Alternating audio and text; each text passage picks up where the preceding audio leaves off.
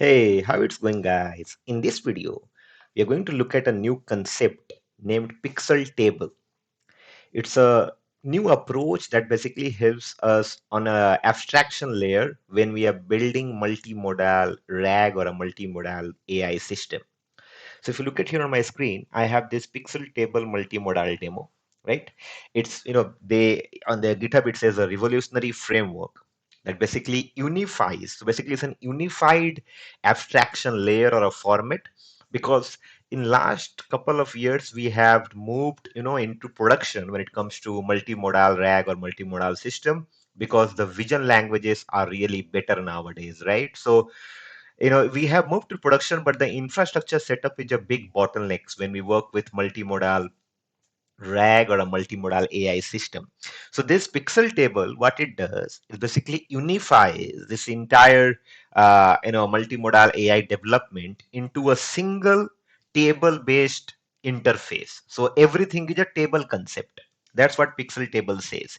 It basically eliminates the complexity of managing separate SQL database or vector database and object storage and pipeline orchestrations and APIs wrappers and so on and so forth. So basically an unified format. That's what they are saying. I already have built this Streamlit application. The notebook is also there. The Jupyter or Colab notebook. This Streamlit app is also there. And everything is for you. It's available on GitHub. I'll show you the demo. I'll give you a walkthrough of the code. But before that, let's understand, this about this new framework or approach. If you look at here, they have launched almost a month ago, and it's already have surpassed more than 1K star. It's an open source project. It's an Apache 2.0 license, so you can use this and build on top of it as well. So if you look at here, they say the same thing. It's a Python library, first of all, declarative data infrastructure for building multimodal AI applications. Because the biggest problem is there only when we work in production. SQL will have structured data, then you will have vector database because you will build, you will create your embeddings and store that into a vector database. Then you will have some API wrappers to connect with OpenAI, Hugging Face, Anthropic, and so on and so forth. All these are, isolated. They are in like different or separate. So Pixeltable basically unifies all of it. Okay, and how does it do it? That's what we're gonna look at, in over here. So first, I'll give you a walkthrough. The architecture looks like this. If you look at the unified multimodal AI platform, and I am someone who really like open source guys, right? And I want to cover all of these new approaches that you see. If you look at the traditional approach, when you are building a multimodal AI platform, there are some bottlenecks or issues that we always face. In traditional approach, you'll have custom code or different APIs and etc. to connect with your vector database, connect with your SQL database, connect with your object storage and whatnot. Now, in this pixel table is basically all your data repositories, all the data sources where you have your PDF, images, videos, audios, all these different modalities in a single interface. If you look at here the pixel table approach, unified table, it basically has capability of automatic computation, and they have built-in embeddings, models like models coming from sentence transformers or models coming from, like, let's say these closed source providers like OpenAI Text3 embedding or Gemini embeddings and so on and so forth. They also have inbuilt version control. So that also gives you, a production grade capability to track and manage your different versions, because in production you'll be keep on upgrading your, like entire rack system. And they also have vector search, semantic search, based on ANN algorithms. And then you can connect with your ready to use AI applications. You'll have an interface that I will show you, and that's how pixel table works. That's the difference between the traditional approach and the pixel table approach, right? Now, I'll go into a couple of benefits that why should we choose pixel table, right? I've created these diagrams to visually explain you before we go into the code and demo. Now, traditional challenges, if you look at the pixel table, we have computational computations which are stale, no built-in versioning. We have to use, some Python-based versioning libraries, or we have to write code for versioning, and some complex glue code where it's very tightly coupled. It's extremely tightly coupled when when you work. Manual synchronization when you are updating or you perform any kind of CRUD, a task on it. You have to manually sync it, and then multiple systems to manage. So it becomes a big task in production system. Now, pixel table solutions, it brings always fresh results, built-in version control. You have declarative APIs, you can declare it pretty well, automatic updates, and single unified table. Everything is in table concept that we have been talking. Now, if you look at how the data flows, because it's important to understand, because then we'll have this question that how the data is flowing within the pixel table. So let's say you have your data flow, data sources, PDF, images, and videos, and that's where we have pixel table. So in Pixeltable, you have all of these automatic computed columns, the columns that you see within a table. So the table will have column rows, right? So in the columns, you'll have text extraction where you'll extract all the text and store that into that particular column. Let's say if you have n number of PDFs, so it will become each rows and then we'll store that for PDF. Text extraction, you have chunking, and everything happens automatically. So you have chunking because they have the abstraction. When I say automatically, they would have written the code because it's an open source. You can also go and look at that code when they have created this library. But for you, the abstraction has been already there, so you don't have to manually do it. Chunking happens, embedding happens. You will have vision models, then you'll have object detection also there for OCR and all. You can also do that. And if you look at the embeddings, we have vector similarity search, query result always up to date, and then version control is also automatic for time travel. That's also is there. Now the idea is that we talking about RAG workflow. So how does it work? So if you look at here on the RAG workflow, this is where we start. So we'll have the PDF and text document. Insert the docs table document. Automatically it will auto chunk it using document splitter, sentence splitter, whatever. You will see the chunk viewed, and then in the RAG system workflow, it'll automatically embed. So let's say for this tutorial, I have been using mini LM L6V2 from sentence transformer, and then add the embedding to vector search. Let's say we are using chroma db, okay, for that, and then you have the question answer thingy comes up. So that's all the images that I've created, the diagrams and architectures to explain you. Now, if you look at here on my screen, we have a Pixeltable multimodal demo. Same thing, the benefits we talked about, auto computation, unified interface, version controls. Here is the architecture thingy that you see that I was talking about. Your application embeddings will have, let's say, Pinecone, Weaviate, Qdrant, and then you have metadata in PostgreSQL. Then you have object storage, all the files. Then you use Airflow or something for pipeline, and then some scripts for LLMs and all, right? There are different use cases for Pixeltable: RAG systems, image search, video analysis, agent workflows, dataset preparation. These are all the use cases that we see. Jump in the demo, guys. So image analysis and document RAG. In the image analysis, you can see I already have, I'll use a sample image and I'm loading the sample image, which is already there. These are the sample images that I have taken from internet. And I want to show you that, okay, when you do it, okay, it runs it over here and you can see, if you look at this image, the image depicts a serene outdoor scene featuring two giraffes set against a backdrop, blah, blah, blah, lush greenery. If you look at this image, it says the image features a golden retriever that appears to be standing in a shallow water. The dog's fur is a rich golden color, blah, blah, blah. This is there. If you look at this one, this is also the same. The image capture sort of, these are all my already there images that you see. And this output is different than this output, but the image is same, okay, that you see. Okay, so outputs are changed, because we are giving it to LLM for all the augmentation or synthesizing the retrieved documents. This is on the image analysis that we use. On the document RAG, okay, uh, on the document RAG we have a file here that they also suggest on their GitHub repository. I have taken the same file. Okay, I would have that file with me. Uh, that is, let me check that file. That is Jefferson's file. This one, is it this one? No, not this file. Yeah, this one. This is the file we have. So I will just minimize this. Now this file I've used to build a RAG here. So if you look at here, it says upload a PDF or text document. Pixeltable automatically chunks and embeds it. Ask questions and get AI powered answers based on your document. So there are two ways it works. You can use a sample document, that's the same Jefferson Amazon PDF that you see it over here, right? So let's just click on use sample document. I'm going to load the sample document. I'm loading the sample document and you can see it over here. To use this, you have to use Spacey EN Core Web SM, English Web SM. You can see it says, if you look at here, it says inserting rows into docs 1 rows, inserting row into doc chunk 687 rows. So the 687 rows that you see, these are all chunks basically that you have for that particular file.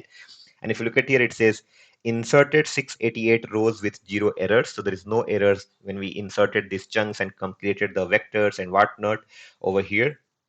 So these chunks, because I already have been running it, so there are a lot of other documents over there, a lot of other chunks are there. So if you look at here, it says created 4,122 text chunks ready for questions. These have been loaded. If I go to ask questions, okay, like let's say I can just, you can look at here, it says 8 documents with 4,122 text chunks available. You can also refresh this. Let's say if you want to delete everything that is there in the chunk, you just remove all the sessions storage or whatever had been cached, because I'm using html.session and html.cache for this, so that is also there. So you can also get rid of it. Now this Jefferson, so let's say I just ask tell me about,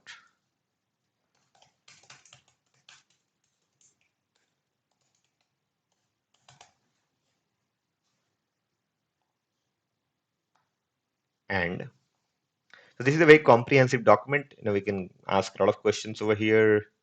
Earnings quality, see what should I ask.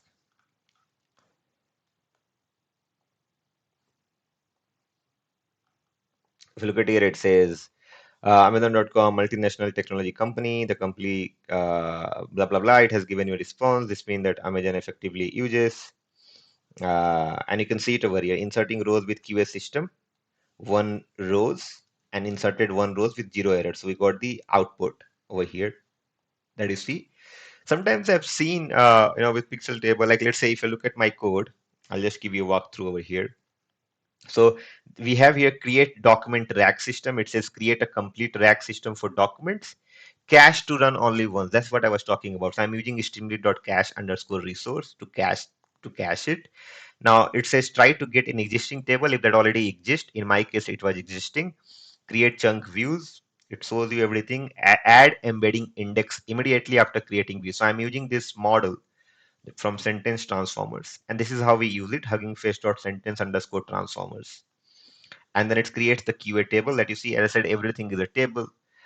It will first get the table if it's there. If the table is not there, then it will create the table that you see over here. And then it says add computed columns immediately after creating table, add context retrieval. And if you look at here, we are using int3 as retrieving the documents. Like in LangChain, you would have seen number of k documents as 3-page content. This is what we are doing, and we use chunks.text.similarity to do some semantic similarity. And here we format the final output. Pretty simple prompt thingy we have. You can see the model that we are using for as an LLM is OpenAI GPT-4o Mini. That's why we use for augmenting or synthesizing the response. And a similar thing for image analysis as well. So image analysis is a bit different. Image analysis is completely like this. If you look at here, for embeddings, we are using clip model from OpenAI, which is open source. And for vision analysis, we're using again GPT-4o Mini because that can understand image. And then we have some streamlit thingy. Pretty simple code because they have done the abstraction. So it's very high level abstract classes. Explainability might become a problem if you are looking to explain, and because it becomes a black box. When you use abstracted, like high level abstract classes or high level abstractions, then it becomes a black box to kind of explain. So that is something that you have to probably check it out when you work with this. I also have a Pixeltable notebook if you don't want to run this or set up this app.py, because you just have to do this requirements.txt. In requirements.txt, I have all the libraries. If you just run setup.sh, I have an sh file, a shell script. You can just run the shell script to kind of set up everything, and it will start the app or open the app on 8.5 not 1 port. But let's say if you want to go through notebook, have a look at this notebook and try to run it. And this will also run. I'll give you on my GitHub repository, okay, on this video description. If you look at key takeaways, it says everything in tables, computed columns update automatically, and only change data recompounded. So incremental updates also happens. Like let's say if you are bringing new files, chunks will get created, will automatically update within the table. Okay, so very simple. Like a few lines of code you can get it. Maybe if you're writing rag and all separately, it might take a lot of line of code to write, which should not be a problem. Writing a hell lot of code might not be a problem for developers. So I leave up to you to decide. Now, the problem that I have seen with Pixeltable, okay, maybe the way we work with ANNs and whatnot is a bit different. Like if I ask tough questions, uh, it sometimes it does not give me. Okay, so the retrieval is a problem. I'm asking, tell me about the cash flow equality. Now, when I ask some of these questions, it does not give me right responses a few times. Then we have to look at the retrieval part, actually. How do we are doing the retrieval? But if you look at here, okay, in this time, it has given a very good response. In the context you have provided, the repeated indication of cash flow quality weak. So it able to get this particular thing, guys, over here. And just for your information, this is a scanned document. Like I have tried converting to a Word, it was not be able to convert. So it's able to read images and it's able to read that scanned documents and all. If you look at it, says suggest that the company under consideration may be experiencing issues, blah blah blah, and all of those things are here.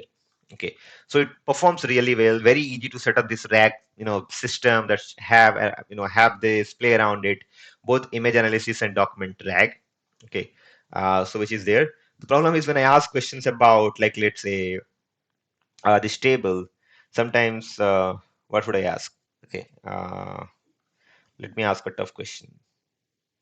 Okay, let's ask about the flow ratio. Flow ratio will ask and see a last question. Sometimes when we ask about these questions from table, because LLM sometimes, right, they in this entire retrieval thingy, uh, sometimes gets confused or start hallucinating. But if you look at here, it says the term flow ratio generally refers blah blah blah. I'm just looking at the context. No, I don't think so. I don't think the could refers to various context. Okay, I was more interested about this image, which we probably not get it.